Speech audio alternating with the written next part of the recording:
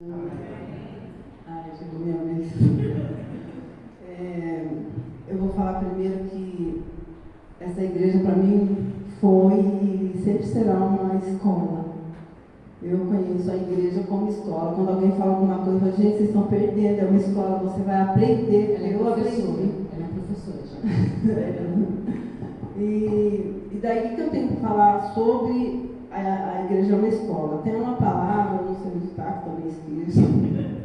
E fala assim, que se você der brecha, o inimigo está dentro com tudo. Pode ser uma brechinha pequenininha, ele entra, né? E isso aconteceu na minha família.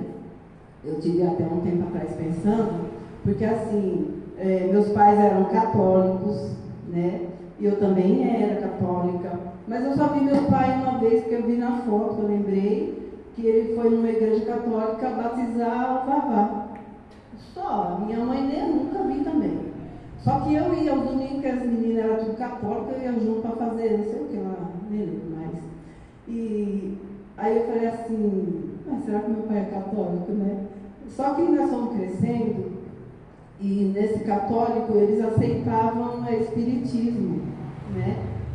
Aí a brecha aumentou mais ainda. Eu também gostava, até alguns anos atrás, antes de eu conhecer a palavra.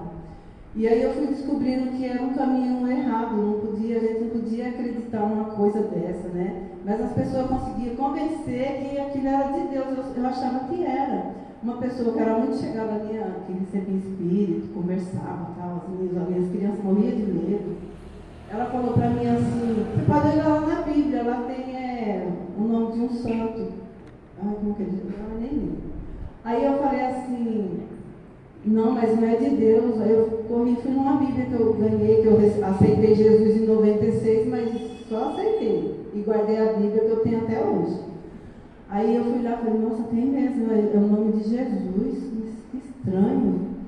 E aí foi passando o tempo, e a minha vida era cada dia pior. O inimigo me pegou, me judiou, me arrastou na lama, me deixou dentro do poço podre. E a minha vida era a pior existência nessa terra para mim, né? Cada um tem o seu caminho. E foi passando o tempo e eu sofrendo. Quando chegou um dia, eu passei pelo primeiro casamento, eu sofri muito porque eu perdi meus filhos, né? Mas passou. Foi muito tempo sofrendo.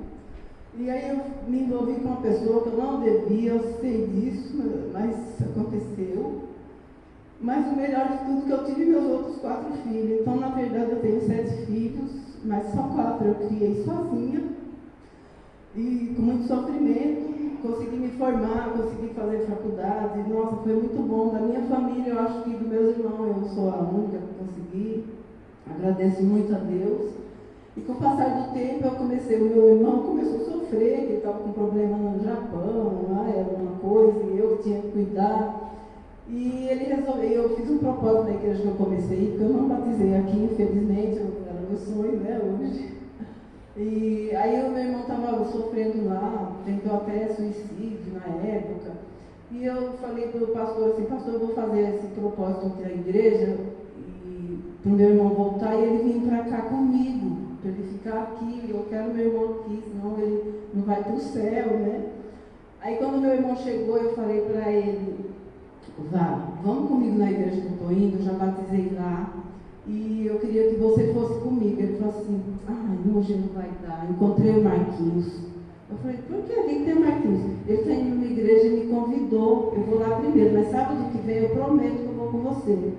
Aí tá bom, esperei. Que pena, né? Eu fui sozinha, ele veio para ir numa igreja. Aí, quando foi no outro sábado, eu falei, hoje é minha vez, você vai na minha igreja? Aí ele veio com o pastor conversou, tudo, né? E nós combinamos falar com o pastor o que ele passou lá e tal. E oramos, tudo bem. Aí ele falou assim, só que agora você vai ter que ir na minha igreja, senão nunca mais eu vou na sua. Aí eu falei, não, pai, eu vou sim, eu quero conhecer, eu vou. Aí, eu não sei, parece que tinha uma festa, eu não lembro direito. Batismo, né? Aí eu cheguei lá, nossa, gente do céu, não posso falar encantada, eu fiquei apaixonada. Quando chegou lá, a pastora recebeu ela veio de uma congregação, mas de um ministério muito grande. Sim. E a nossa igreja, lá no Mar Paulista, você chegou. Foi.